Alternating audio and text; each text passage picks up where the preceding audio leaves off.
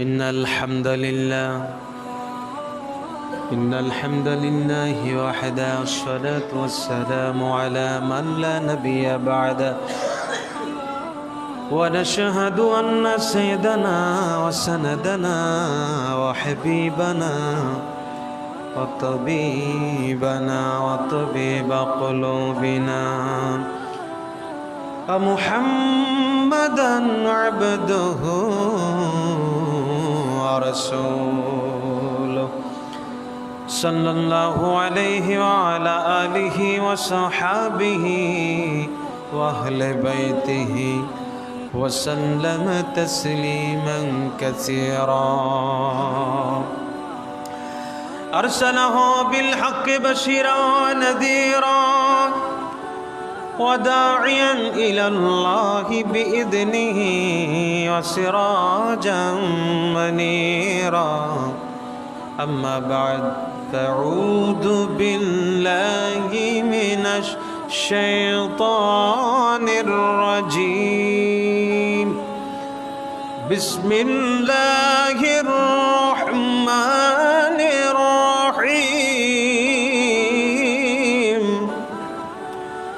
هل أتى على الإنسان حين من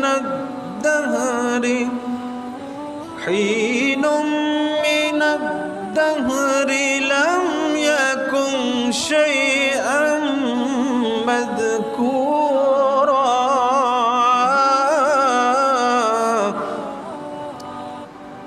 وقال أيضا: ولقد خلقنا الإنسان من سلالة من طين.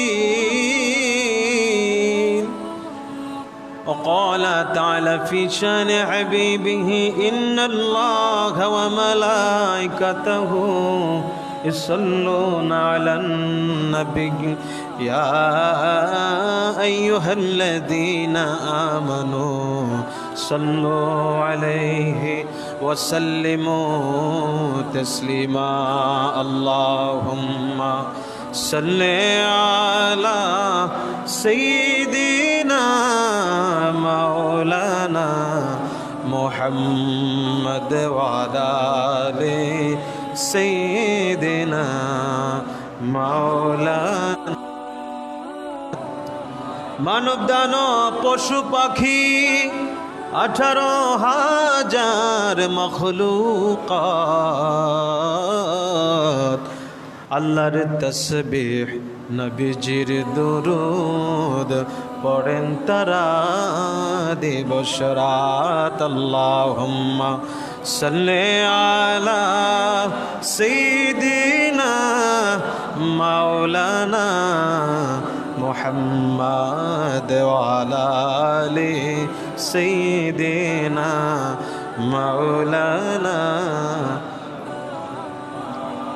بلغ العلا بكماله كشف الدجى بجماله حسنت جميع خصاله صلوا عليه وآله।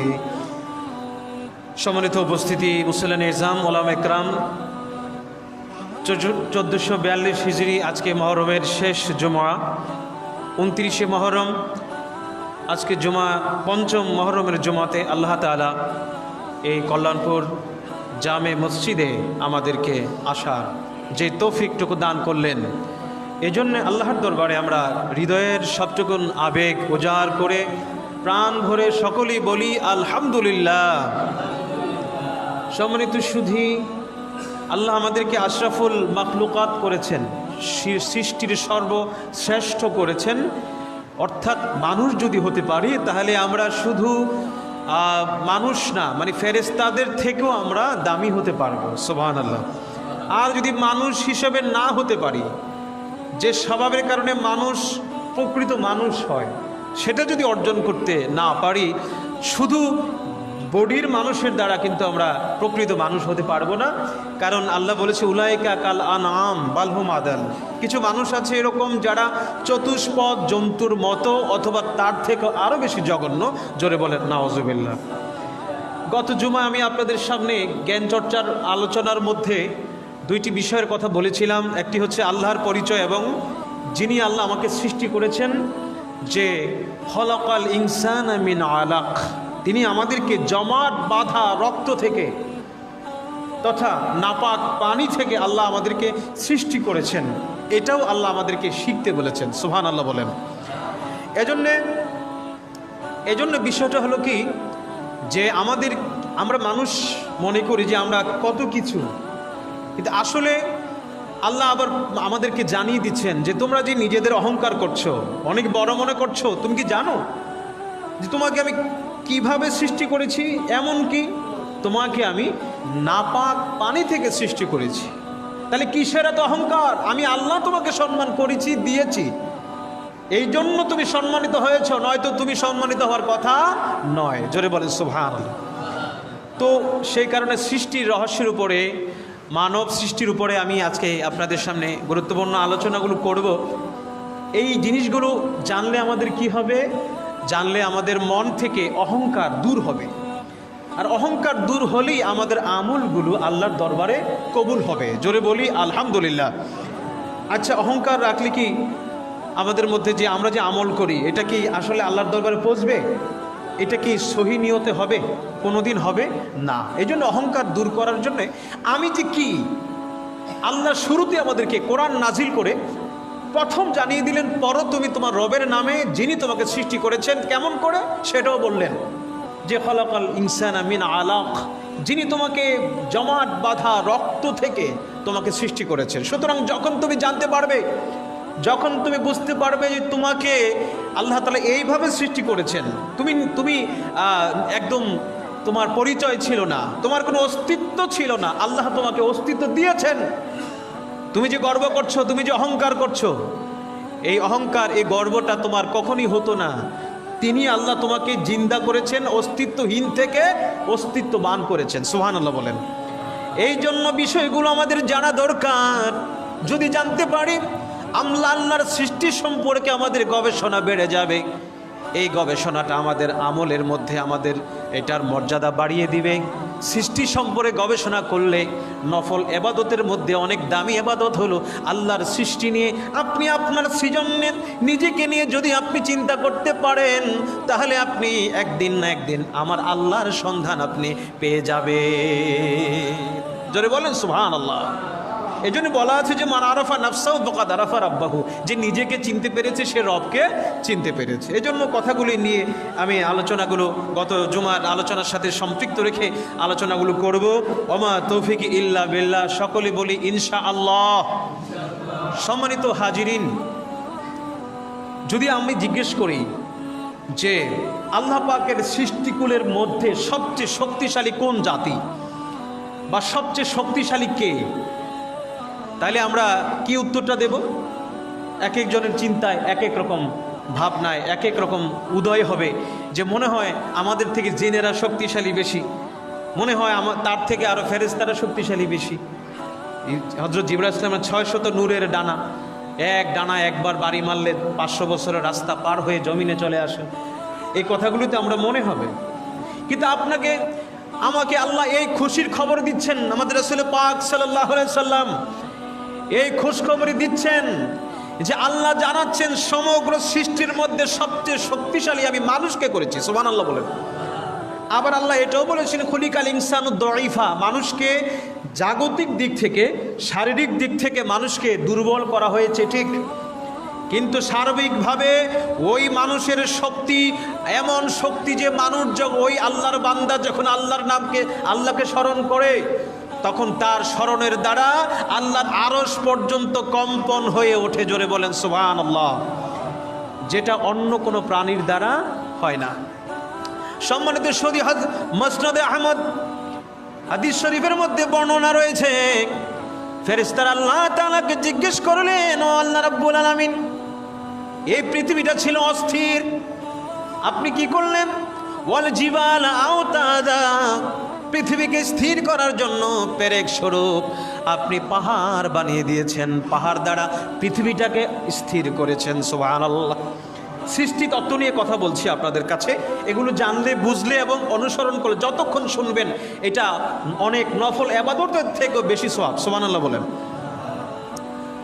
আল্লাহর কাছে প্রশ্ন করলেন ফেরেশতারা, আল্লাহ গো, আমাদের জানার বাসনা, এত বিশাল পাহাড়, এত কঠিন মাটি দিয়ে পাহাড় আপনি বানালেন, বিশেষ করে 8টি পাহাড় দিয়ে আপনি পৃথিবীটাকে স্থির করে দিয়েছেন। এমন বিশাল গ্রহ পৃথিবী অস্থির ছিল, অস্থিরভাবে উলট পালট খাচ্ছিল, ঘুরছিল, আপনি সেটাকে স্থিরভাবে ঘোরাচ্ছেন পাহাড় দ্বারা। আল্লাহ গো, আমাদের জানার বাসনা, এই পাহাড় থেকে আরো বেশি শক্তি কি আরো অন্য কিছু আপনি সৃষ্টি করেছেন কিনা? সুবহানাল্লাহ বলেন।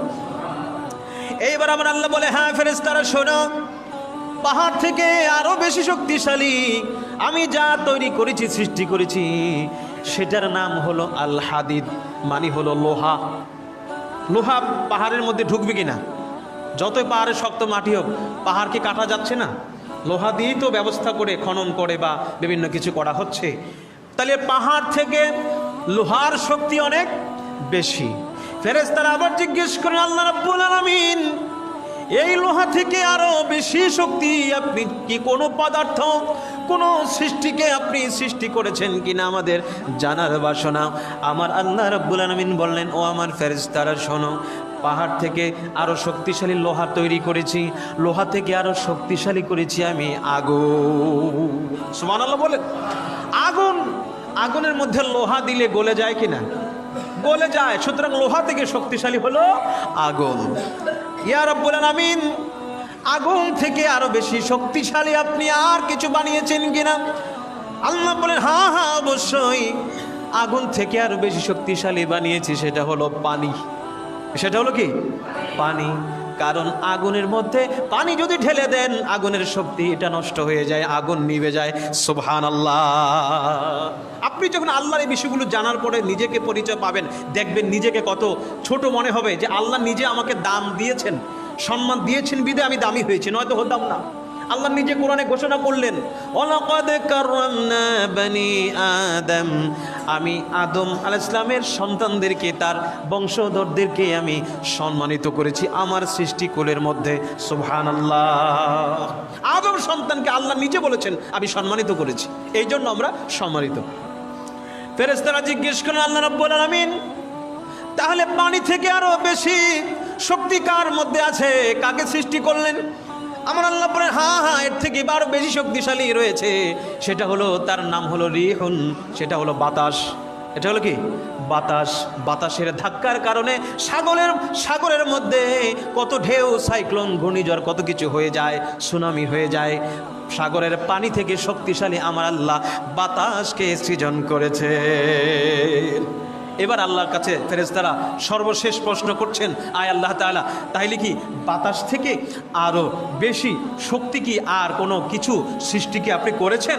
আল্লাহ বলেন, হ্যাঁ, যেমন আগুন থেকে বেশি শক্তিশালী পানি, পানি থেকে বেশি শক্তিশালী হলো বাতাস, বাতাস থেকে বেশি শক্তিশালী আমি মানব জাতিকে সৃজন করেছি। জোরে বলেন আল্লাহু আকবার। আচ্ছা চিন্তা করেন তো, এখন যে হুজুর কি বললেন, এটা মুসনাদ আহমদ শরীফে এসেছে হাদিসে কারিমাটি, যে মানুষকে শক্তিশালী করেছে। আপনি কি জানেন যে মানুষ পাহাড় পরিমাণ দুঃখের বোঝা মানুষ বইতে পারে কিনা? মানুষের মধ্যে বিশাল চাপ, এই চাপ কোনো প্রাণী সহ্য করতে পারবে না, মানুষ পারে। এবং মানুষ তারপরে আল্লাহকে ডাকে। সুবহানাল্লাহ বলেন। মানুষ শত চাপের মধ্যে থেকেও, ভুলের মধ্যে থেকেও যখন সে আবার আল্লাহর কথা মনে পড়ে, আল্লাহর দিকে দাবিত হয়, এটা অনেক বড় শক্তির বিষয়। কারণ ফেরেশতার জন্য এই কোনো বাধা স্বরূপ, আল্লাহর কাছে যাওয়ার জন্য বাধা স্বরূপ কোনো রিপু দেওয়া হয় নাই, মানুষকে দেওয়া হয়েছে। কাম, ক্রোধ, লোভ, মোহ, হিংসা, দেমাগ, এগুলো মোকাবেলা করে, এগুলোকে উপেক্ষা করে তারপর আল্লাহর দিকে যেতে হয়। অনেক বড় শক্তির প্রয়োজন, যেটা কোনো জাতিকে আর দেওয়া হয় না। জোরে বলেন সুবহানাল্লাহ। জিন জাতিকেও দেওয়া হয়েছে, কিন্তু জিন জাতি এত মানুষের মতো এত বেশি শক্তিশালী নয়। সম্মানিত সুধী, এই জন্যে মনে রাখতে হবে, আল্লাহ নিজে মানুষকে শক্তিশালী করেছেন। আর শরীরগতভাবে খলিকাল ইনসানু দাঈফা, মানুষকে আল্লাহ রাব্বুল আলামিন দুর্বল করে সৃজন করেছেন। আমার আল্লাহ বলে, ও আমার বান্দারা শোনো, সূরা দাহর থেকে প্রথম আয়াতে আল্লাহ বলছেন, হাল আতা আলাল ইনসানি হিনুম মিনাদ দাহরি লাম ইয়াকুন শাইআম মাযকুরা। আল্লাহ বলে, অবশ্যই মনে রাখো, আমি কি এমন একটা সময় রাখি নাই? মানুষ তো সৃষ্টি হয়েছে কথা ঠিক, এই সৃষ্টির আগে তার সৃষ্টির যে মেকানিজমটা, তার সৃষ্টির যে প্রক্রিয়াটা করা হয়েছে, এ করার আগে মানুষের কোনো পরিচয় ছিল না, মানুষের কোনো অস্তিত্ব ছিল না। এমন একটা সময় কেটেছে, এই সময় মানুষের কোনো কেউ কাউকে চিনত না। কথা বলেন ঠিক কি না? এটার দুইটা বিষয়। একটি হচ্ছে, দেখুন, মানব সৃষ্টির অনেকগুলো ধাপ আছে, অনেকগুলো এবং পদ্ধতিও আছে আল্লাহ করেছেন। যেমন হযরতে আদম আলাইহিস সালাম আবুল বাশার, মানব জাতির পিতা, ওনার সৃষ্টি একরকম, মাও নাই বাবাও নাই। কথা বলেন ঠিক কিনা? হযরতে হাওয়া আলাইহিস সালাম, আমাদের মা, ওনার সৃষ্টি আবার আরেক রকম। তিনি আবার বলেছেন, ওনাকে আবার আল্লাহ সৃজন করেছেন যিনি স্বামীর বাম পাজরের হাড় থেকে সৃজন করেছেন। ওনার মা নাই বাবা নাই, স্বামী থেকে সৃষ্টি। এবার ওনার সৃষ্টির ধরনটা আবার আরেক রকম। আবার যদি আমাদের রাসূল পাক সাল্লাল্লাহু আলাইহি সাল্লামের কথা বলতে যাই, তিনি হলেন সৃষ্টির মূল নূরে মুহাম্মাদি। তারপরে উনি পৃথিবীতে মা আমেনার গর্ভ মুবারক থেকে পৃথিবীতে তার শিবানন করেছেন। 106খানা স্তর পাড়ি দিতে তিনি পৃথিবীর জমিনে আগমন করেছেন। ওনার সৃষ্টির ধরন আবার আরেক রকম। আবার হযরতে ঈসা রুহুল্লাহ আলাইহিস সালাতু ওয়াস সালাম, ওনাকে আল্লাহ সৃষ্টি করেছেন যার বাবা নাই কিন্তু মা আছে, যার বাবা নাই কিন্তু মা আছে, তার সৃষ্টি আবার একরকম। এমনিভাবে আবার সব নবী রাসূল, আমরা মানব জাতি যাহা রয়েছে, আবার আমাদের সৃষ্টি আরেক রকম। এই জন্য অনেকগুলি রকমের মধ্যে প্রধান দুইটা ধাপ হলো, একটা হলো হযরতে আদম আলাইহিস সালামের সৃষ্টির পদ্ধতি, তিনি হলেন আমাদের মানব জাতির আসল, মানব জাতির শুরু। আর আমাদের সাধারণ আদম সন্তান যারা, তাদের সৃষ্টি আবার আরেক রকম। এই দুই সৃষ্টি দুই রকম। জোরে বলেন সুবহানাল্লাহ। তাহলে আদম আলাইহিস সালামের সৃষ্টির ব্যাপারে আমরা প্রথমে এই কথাটা বলবো, তারপর আমাদের সৃষ্টিটা আমরা কিভাবে এসেছি আমি সংক্ষেপ করে আমরা আজকে কথাগুলো আলোচনা করব। আজকে আমাদের আরও কিছু কাজ আছে। সম্মানিত সুধী, মানব হিসাবে আদমকে আল্লাহ সৃষ্টি করবেন। 4 ফেরেশতাকে বললেন, ও জিবরাইল যাও, আমি তো ইন্নী জাইলুন ফিল আরদি খলিফা, আমি জমিনে আমার খলিফা পাঠাতে চাই, যারা হলো ইনসান, যারা হলো মানব। এই পৃথিবীর জমিনে আমি জিনদেরকে পাঠাইছি, তারা বহুত সীমালঙ্ঘন করছে, তাদেরকে প্রায় আমি ধ্বংস করে দিয়েছি। এখন নতুন করে মানব জাতি পাঠাতে চাই, তাদেরকে সৃষ্টি করতে হবে, সে অনেক কথা। জিবরাইল ইসলাম বললেন যে কি করতে হবে? আল্লাহ বললেন মাটি নিয়ে আসো, জমিন থেকে মাটি নিয়ে আসো। জমিন থেকে আরবে ঢুকলেন জিবরাইল ইসলাম, মাটি আনার জন্য মাটি আনতে গেলেন। মাটি কান্না করে যে না জিবরাইল, আমাকে নিবেন না। কেন? বলে আমি দেখেছি এই জমিনে জিনেরা কি অত্যাচার, কি সীমালঙ্ঘন করছে, তারা শাস্তি পাবে জাহান্নামে। কারণ আমাকে যদি মানুষ হিসাবে বানায়, এই মাটি আবার কি হবে? আগুনে জ্বলবে, আমি কষ্ট পাবো, দয়া করে আমাকে নিবেন না। জিবরাইল ইসলাম মায়া লাগছে, উনি ফেরত চলে গেছেন। এইভাবে মিকাইল আলাইহিস সালাম, ওনারও মায়া লাগছে, উনি ফেরত চলে গেছেন। এইভাবে ইসরাফিল আলাইহিস সালাম, ওনারও মায়া লাগছে, উনি ফেরত চলে গেছেন। সর্বশেষে আজরাইল আলাইহিস সালাম, তিনি আগমন করেছেন, ওনার মায়া লাগে নাই। উনি কি করলেন? বললেন যে আমি আল্লাহর হুকুমে আসছি, তোমাকে নেবই নেব, তোমার কথা শুনতে আমি আসি নাই। সুবহানাল্লাহ বলে। এক একজনের এক একটা বৈশিষ্ট্য। তো যাই হোক, সে কারণেই মানবের মৌতের দায়িত্বটা, মালাকুল মৌত হিসেবে জান কবজ করার দায়িত্বটা ওনাকে দেওয়া হয়েছিল। এখন মাটি নেওয়ার পর পাহাড়ে রাখা হলো। মাটি নিয়ে আবার পাহাড়ে রেখে দিলেন। 6টি স্তরে 6টি ধাপে হযরতে আদম আলাইহিস সালাম তথা মানব জাতির প্রথম রূপ হযরতে আদম আলাইহিস সালামের অবয়ব, ওনার যেই ছবিটা, তখন তো মূর্তির মতো, মানে রুহুর আগে তো প্রাণহীন একটা দেহ। এই দেহটা আল্লাহ সৃষ্টি করবেন মাটি দিয়ে। কি দিয়ে সৃষ্টি করবেন? মাটি দিয়ে। এটার জন্য 6টি ধারা, 6টি ধাপ তিনি রেখেছেন।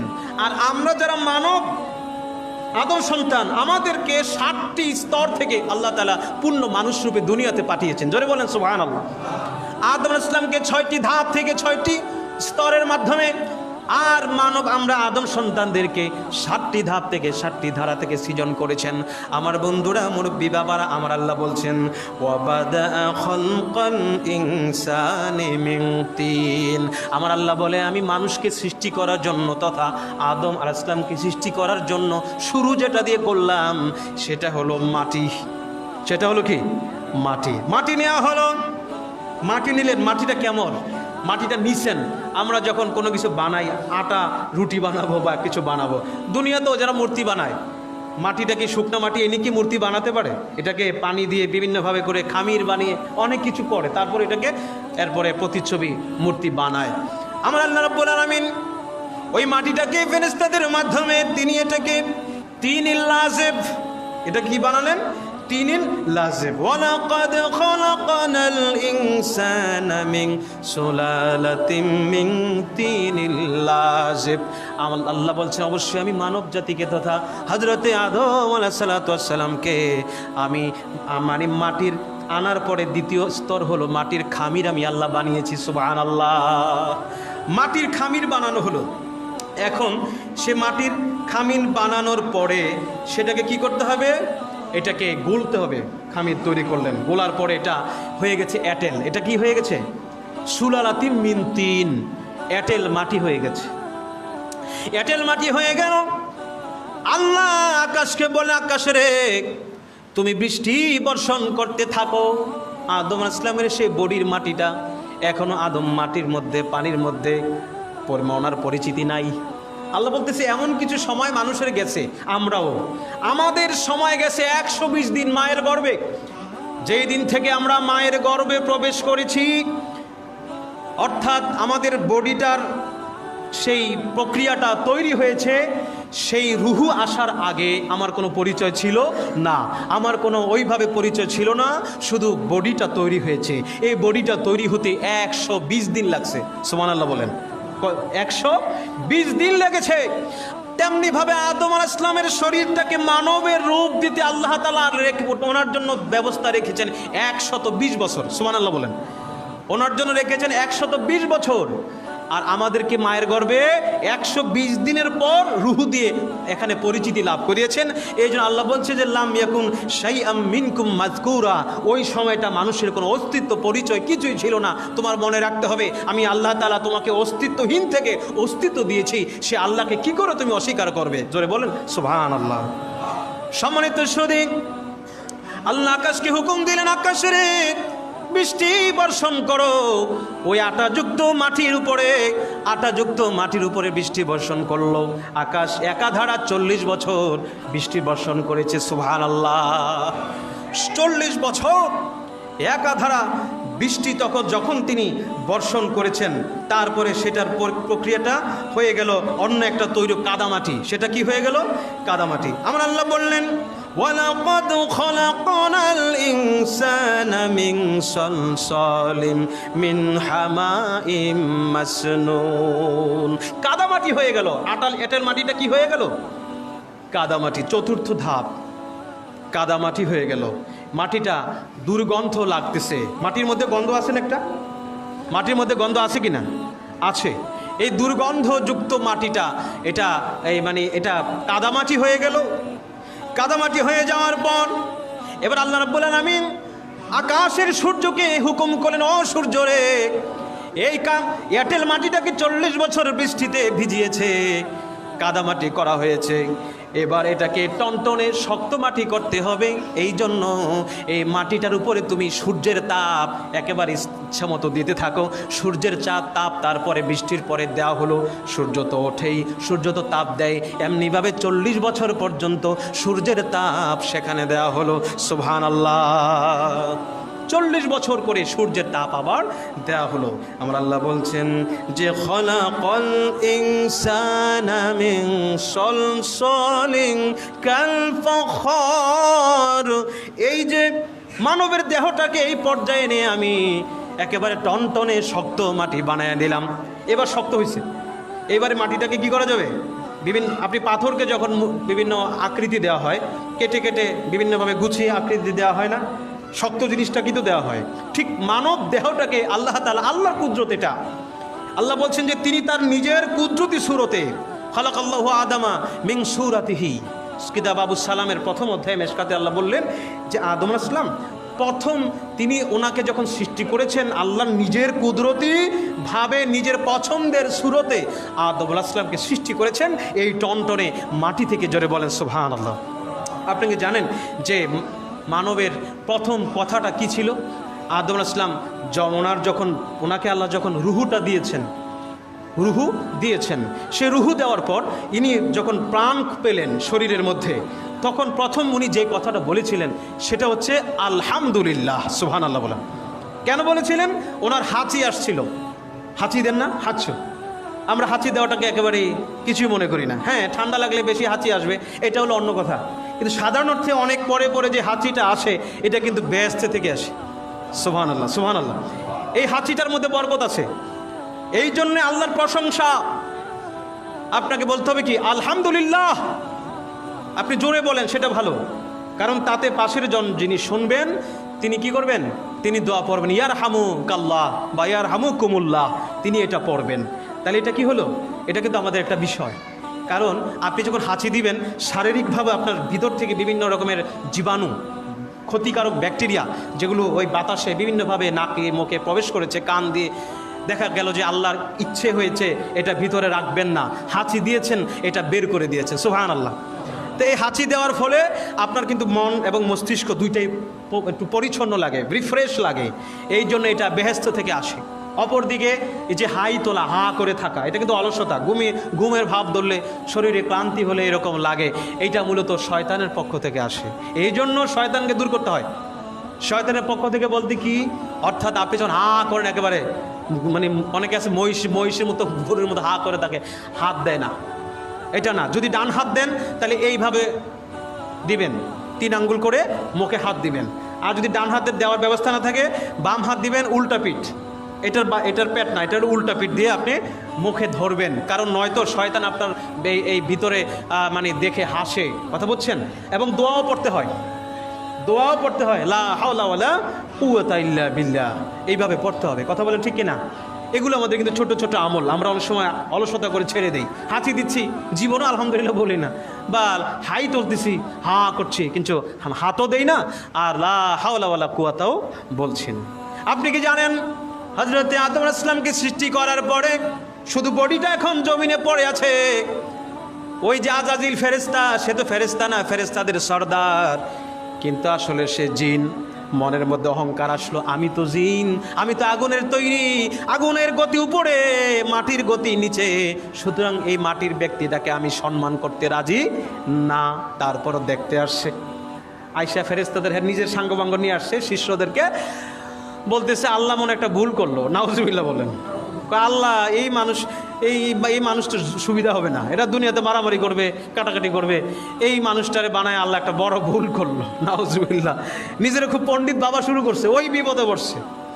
সে আবাদত করছে ঠিকই, 6 লক্ষ বা 9 লক্ষ বছরের আবাদত করছে ঠিক, কিন্তু ওই যে পণ্ডিত আর নিজের অহংকারের কারণে সে ধ্বংসপ্রাপ্ত হয়েছে, বেয়াদবির কারণে সে ধ্বংসপ্রাপ্ত হয়েছে। সম্মানিত সুধী, বডিটা পড়ে আছে, এখনো রুহু দেয় নাই, সেই বডির মধ্যে করছে কি? শয়তান ঢুকতেছে। ও তো আগুনের তৈরি, ঢুকতে পারে, আদমের পশমের গোড়া তো ঢুকতেই পারে। তো বিভিন্ন শরীরের ভিতরে ঢুকা দেখে অন্ধকার, এখনো রুহু নাই, তো ঢুকা ওটার প্রতি ঘৃণা এসা থুতু নিক্ষেপ করছে। কি করছে? আদম আলাইহিস সালামের উপরে থুতু নিক্ষেপ করছে। আল্লাহ কয় না, এটা দিয়ে আমি একেবারে বিফল যাবে না। ওই থুতু এবং নাপাক জিনিসটা আদম আলাইহিস সালামের শরীর থেকে সরিয়ে নিয়ে ওটা দিয়ে আল্লাহ পাক পৃথিবীর জমিনে কুকুর বানায় দিলেন। সুবহানাল্লাহ। দেখবেন মানুষের সাথে কুকুরের কি অনেক বেশি টান আছে। একবার আপনি কুকুরকে খাওয়ান, দেখবেন কয়েকদিন আপনার পিছনে চলবে। কুকুরের মতো এত ভক্ত আদববান মানে অনুচর প্রাণী। মানুষ যদি কুকুরের কিছু স্বভাব অর্জন করতে পারত তাহলে মানুষ অলি হয়ে যেত। কোনো অলিরা বলেছেন সুবহানাল্লাহ। জীবনও মনিবের সাথে বেঈমানি করে না, কুকুর বেঈমানি করে কোনোদিন করে না। সারা রাত জেগে আপনাকে পাহারা দিবে, আপনার ঘর পাহারা দিবে, কত রকম কিছু আছে। সম্মানিত সুধী, অনেক কথা এইভাবে করেন আদম আলাইহিস সালামের ওনার শরীরটাকে টনটনে শক্ত করার পরে ওনার শরীরের মধ্যে রুহু দিবেন। রুহু তো আল্লাহর আকাশ থেকে, আল্লাহর পক্ষ থেকে নূর। রুহু হচ্ছে ইয়াসআলুনাকা আনির রূহ কুলির রূহু মিন আমরি রাব্বি, আল্লাহর আদিষ্ট হলো রূহ। এই জন্য রুহুটা সেখানে যেতে চাচ্ছে না, অন্ধকার। কিতাবে এসেছে বিভিন্ন জায়গায় আমার নবীজির নূরে মুহাম্মদী হজরতে আদম ইসলামের শরীর মুবারকে অথবা পেশানি কপাল মুবারকে দেওয়ার পরে ওই শরীর আলোকিত হয়ে গেল এবং আল্লাহর পক্ষ থেকে আদম ইসলামের রুহু আদম ইসলামের ভেতরে প্রবেশ করলো। সুবহানাল্লাহ। শুরু প্রবেশ করার পরে আল্লাহ বলছেন শোনো, এরপরে কি হয়েছে? এরপরে তিনি কিন্তু তারপরে ওনার মধ্যে রুহু আমি আল্লাহ ফুঁকে দিয়েছি। আল্লাহ বললেন ইন্নী খালিকুম বাশার।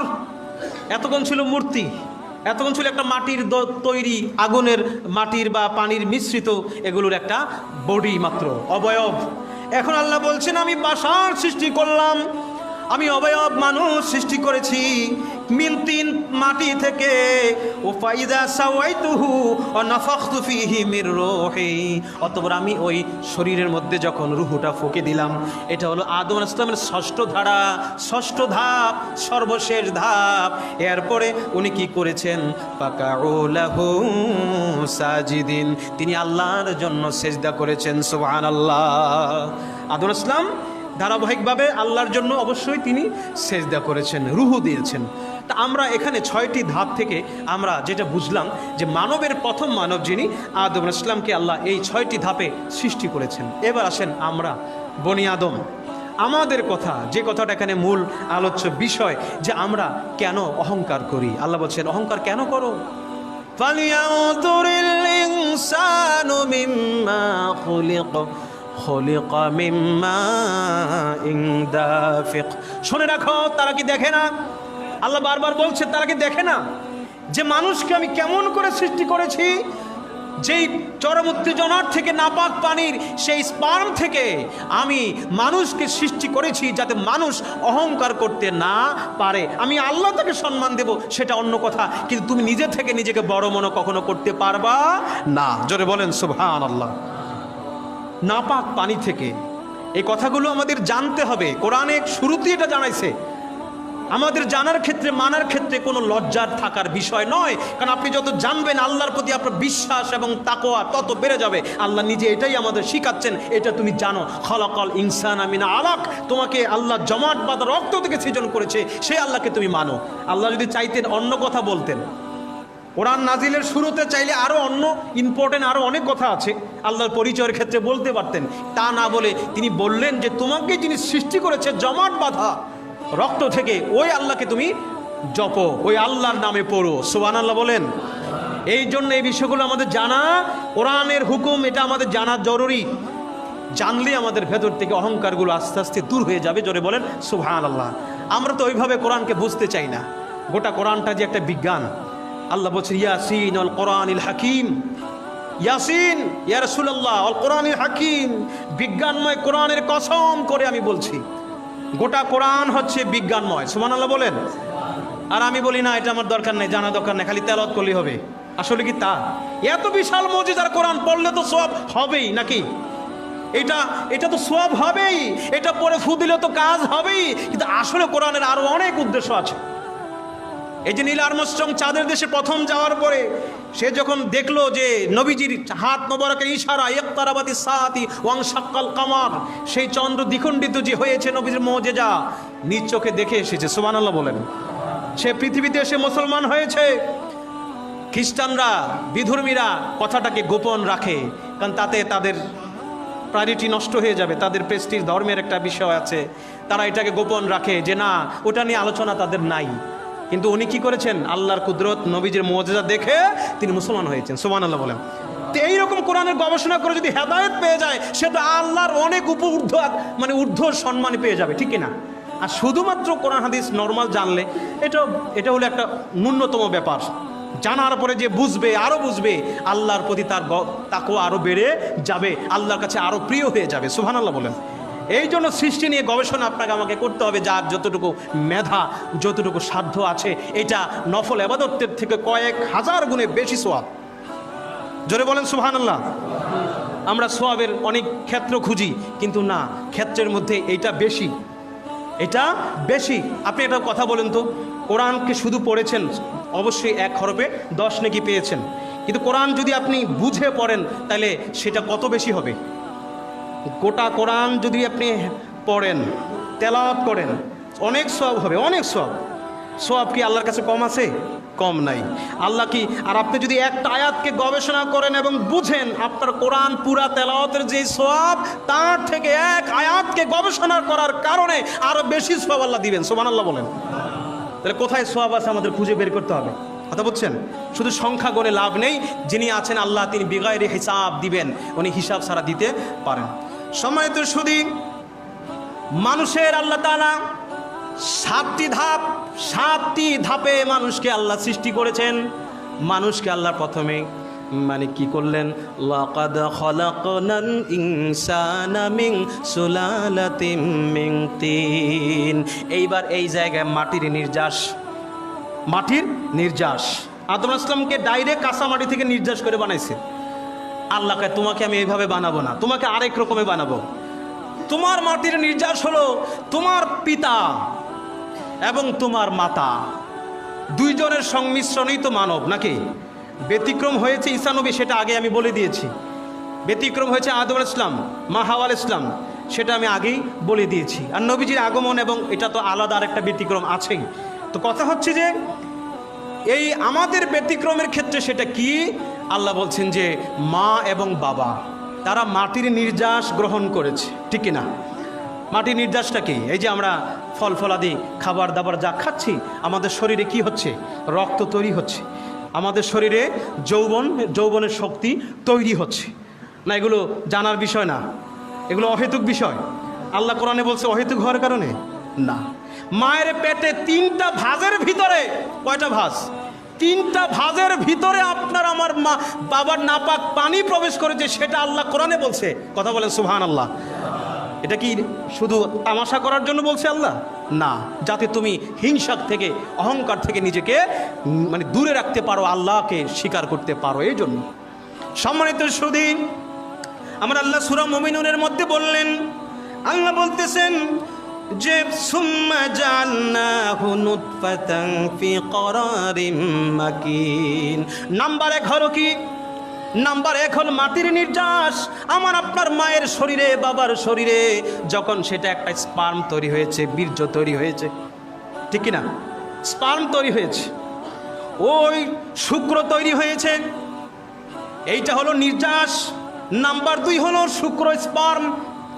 ওই শুক্র দ্বিতীয় পর্যায়ে যখন আপনার আমার মায়ের বাবার শরীরে তৈরি হয়েছে, 2টার সংমিশ্রণ হয়ে আল্লাহ বলছেন যে আমি এটা কি করেছি? ফি করারিম মাকিন। একটা অন্ধকার, একটা সিকিউরিটিপূর্ণ জায়গার মধ্যে আমি আল্লাহ ওটাকে সংরক্ষণ রেখেছি। সুবহানাল্লাহ। আল্লাহ বলছেন, কেন আমাকে তামাশা মনে করলে তো এটা বোকামি হবে। আল্লাহ বলেছেন যে এখানে মায়ের গর্ভে একটা অন্ধকারাচ্ছন্ন জায়গা। ও মুসলমান, আপনি কবরে যখন যাবেন, কত বছর, হাজার বছর আপনি সেখানে অন্ধকারে থাকবেন, ভয় হয়। কিন্তু আপনি যদি মুমিন হয়ে যান, কোনো ভয় নেই। কারণ আপনি এখানে কেন, দুনিয়াতে আপনি দেখেন মায়ের গর্ভের মধ্যে অন্ধকার একটা ঘরে 3টা ভাঁজের ভিতরে ফি করারিম মাকিন, একটি সংরক্ষিত জায়গায়, যেটার উপরে 3টি স্তর। সেই স্তরের ভিতরে আল্লাহ আপনাকে রেখেছেন 10 মাস 10 দিন, ঠিক কিনা? আপনি চিন্তা করতে পারেন, আপনার কোনো পরিচয় ছিল? 120 দিনের মধ্যে তো রুহু আসে নাই, আপনার আমার কোনো পরিচয়ই ছিল না। তাহলে সেই জায়গার মধ্যে আল্লাহ আপনাকে বাঁচিয়ে মানব রূপে দুনিয়াতে পাঠিয়েছেন, তিনি কত বড় কারিগর। আল্লাহু আকবার। দেখছেন, এগুলো ভাবলে আল্লাহর উপরে তাকওয়া বাড়ে না কমে? বাড়ে। এই জন্য আল্লাহ এগুলো কোরআনে প্রথমেই বলে দিয়েছেন। আমি কি অনর্থক কথা বলতেছি? সম্মানিত সুধী, এগুলো কিন্তু আমলের কথাই। এগুলো কি না আমলের কথা না? জ্ঞান আমলের বাহিরের বিষয় না, জ্ঞানের দ্বারাই আমল করতে হবে। সম্মানিত সুধী, আল্লাহ বুঝাতে চাচ্ছেন আমি তোমাকে বাবার থেকে নির্গত পানি মায়ের গর্ভে আমি সেখানে রেখেছি, সেখানে রাখার পরে একটা মানে সংরক্ষিত জায়গার মধ্যে রেখেছি। আমি এটার পিছনে আমি আল্লাহর ফেরেশতাদেরকে আমি নিবন্ধন করে দিয়েছি, সুবহানাল্লাহ। তারপর আল্লাহ বলতে সুম্মা খলাকনান নুতফাতা আলাকা, অতঃপর সেই নুতফাটাকে স্পার্মটাকে আমি আল্লাহ রাব্বুল আমিন একটা রক্তে পিণ্ডের মধ্যে আমি করেছি, সুবহানাল্লাহ। মায়ের গর্ভে স্পার্ম যখন গেল 6 দিন এটা এইভাবেই ছিল। তারপরে মায়ের সেই রেহেমের মধ্যে সেটা মানে জমাট বাঁধা রক্ত বলা হয়েছে, খলাকাল ইনসানা মিন আলাক, জমাট বাঁধা রক্ত সেখানে জমে আটকে গিয়েছিল। আপনি কি জানেন যে এই রকম শুক্রের মধ্যে 20 কোটি শুক্রাণু আছে? আল্লাহু আকবার। 20 কোটি শুক্রাণু থেকে একটা শুক্রাণু মাত্র, একটা শুক্রাণু, যেটা বিজ্ঞানীদের ভাষায় বলা হয় পুরুষের ক্রোমোজোমকে বলা হয় ওয়াই আর নারীদের ক্রোমোজোমকে বলা হয় এক্স।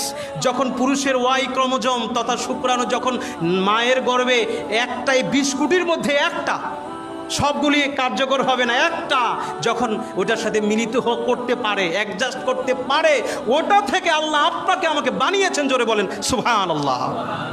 বাকি 19,99,99,999টা বাদ। কাজে লাগছে কয়টা? একটা। চিন্তা করছেন সম্মানিত সুধী? এরপরে আল্লাহ বললেন যে শোনো, তুমি নিজের প্রতি অহংকার করো না। রক্তপিণ্ড বানিয়েছি আমি আল্লাহ রাব্বুল আলামিন 40 দিনের পরে। ওখানে 40 দিন ছিলে, যখন স্পার্ম নির্গত পানি 40 দিন থাকার পরে ওটাকে আমি আল্লাহ রক্তপিণ্ড বানিয়েছি। কি বানিয়েছি? রক্তপিণ্ড। তারপর আল্লাহ বলছেন অতঃপর ওই রক্তপিণ্ডকে আমি একটা গোস্তের পিণ্ডের মতো বানিয়েছি। গোস্তের পিণ্ড, গোস্তের টুকরা বানিয়েছি। এটার জন্য আবার 40 দিন লাগছে। 120 দিন অনেক কথা, আবার পরবর্তীতে আজকে সময়টা দিতে পারবো না, পরবর্তীতে জুমা ইনশাআল্লাহ বাকি কথাগুলো বলবো। ছোট্ট করে বলে দেই, আল্লাহ বলছেন যে খালাকনাল মুদগাতা ইজামা, এরপরে ওই যে গোস্তের পিণ্ডটা আছে ওটাকে আমি আবার কি করেছি? অস্থি মজ্জা দিয়ে ওটাকে আমি আবার করেছি, আবৃত করেছি।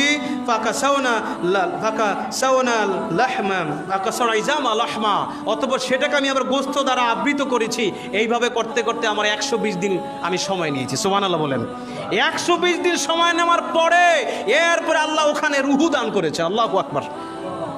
120 দিন পর আদম আলাইহিস সালামকে সৃষ্টি করার ক্ষেত্রে 120 বছর পানি দিয়ে ধোয়ার পরে রুহু দিয়েছেন, আগুন সূর্যের আলোতে শুকানোর পর রুহু দিয়েছেন। আর আপনাকে আমাকে মায়ের গর্ভে 120 দিন থাকার পরে বডিটা যখন হয়েছে, ওটা রক্তি প্রথম হয়েছে কি এরকম 7টি ধাপ। আমি আগামী জুমাতে আবার বিস্তারিত কথাগুলো ইনশাআল্লাহ বলবো। সম্মানিত সুধী, আল্লাহ বলছে শোনো, তুমি কখনোই নিজেকে অহংকার করবা না। আল্লাহ তোমাকে এখান থেকে সৃষ্টি কইরা জাতির সৃষ্টির মধ্যে সর্বশ্রেষ্ঠ বানাইছেন। সুতরাং তুমি সে আল্লাহকে ডাকো, সে আল্লাহকে স্মরণ করো, আল্লাহকে অস্বীকার করো না, নাস্তিক হইও না। তুমি আল্লাহকে বিশ্বাস করো, আল্লাহর কুদরত দেখো, আল্লাহর সৃষ্টি দেখো, তাহলে তুমিও তোমার ঈমানটা বৃদ্ধি পাবে, তোমার কর্মগুলো শুদ্ধ হবে, তোমার অন্তর থেকে অহংকার দূর হয়ে যাবে। তুমি মানব, তুমি সময় মতো পশুর চেয়েও জঘন্য হয়ে যেতে পারো।